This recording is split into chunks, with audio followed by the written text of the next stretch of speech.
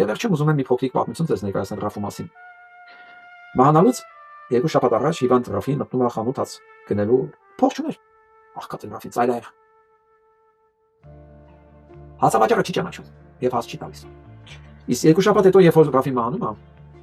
ամբողջ Թիֆլիսն էր Ռաֆու թաղմանը։ Այդ հացավաճառը տեսնում է, որ այս էլ մարդն է փաստորեն, որ եկել է հաց էր խնդրում։ Ու չտվեց իրեն, ու նա մահացավ։ Օրեր հետո գնում է կնոջը առաջարկելով, գիտեք, ես ձեր ամուսնու փող էի պարտք, ինչ որ ուզում համոզել, փող եմ պարտք, ես փողը վերցրեք, ես սատիկ մխիթարանք։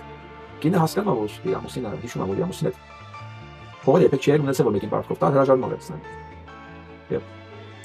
հացավաճառը հասկանալով, որ դա չի կարող աշխատի, օրական քար հաց ավարտում Ռաֆու կնոջը։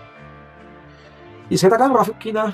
քանի որ Ռաֆին ինքը բան հետաքրքրություն է ունեցել տարբեր երկրների բաներ, հավաքել կոլեկցիա դրամների։ Վերցնում է կինը գնում է կասեմ Սանտ Պետերբուրգ, որպեսզի դրանք վաճառի, որով կարողանա ապրել։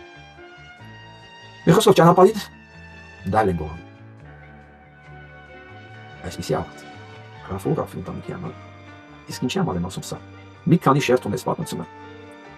Առաջին շերտ, որ Ռաֆու նման մարդը անտերության հետ մարտնված եւ ասողից ու հիվանդությունից մահացավ։ Թիֆլիսում, որտեղ վաճառականները հայերը ամբողջ իրենց ձեռքներ, քաղաքապետից սկսած քաղաքական գործիչներով վերջացած եւ հանդուստ առողջականներով ամեն ինչ պատածում էր հայ ամենների շուրջը, բայց իրենց ամենաճանաչված գրողը սոված մահացավ եւ հիվանդ, հացի փող չուներ։ Բայց զատո ինչ թաղում ամբողջ Թիֆլիսն է ճանապարհորդի։ Երկրորդը հացավաճառի օրինակը։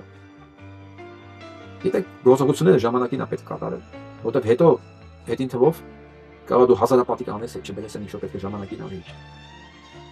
Ինչ որ եղավ հացավաճառի հետ, ինքը տես չկարողացավ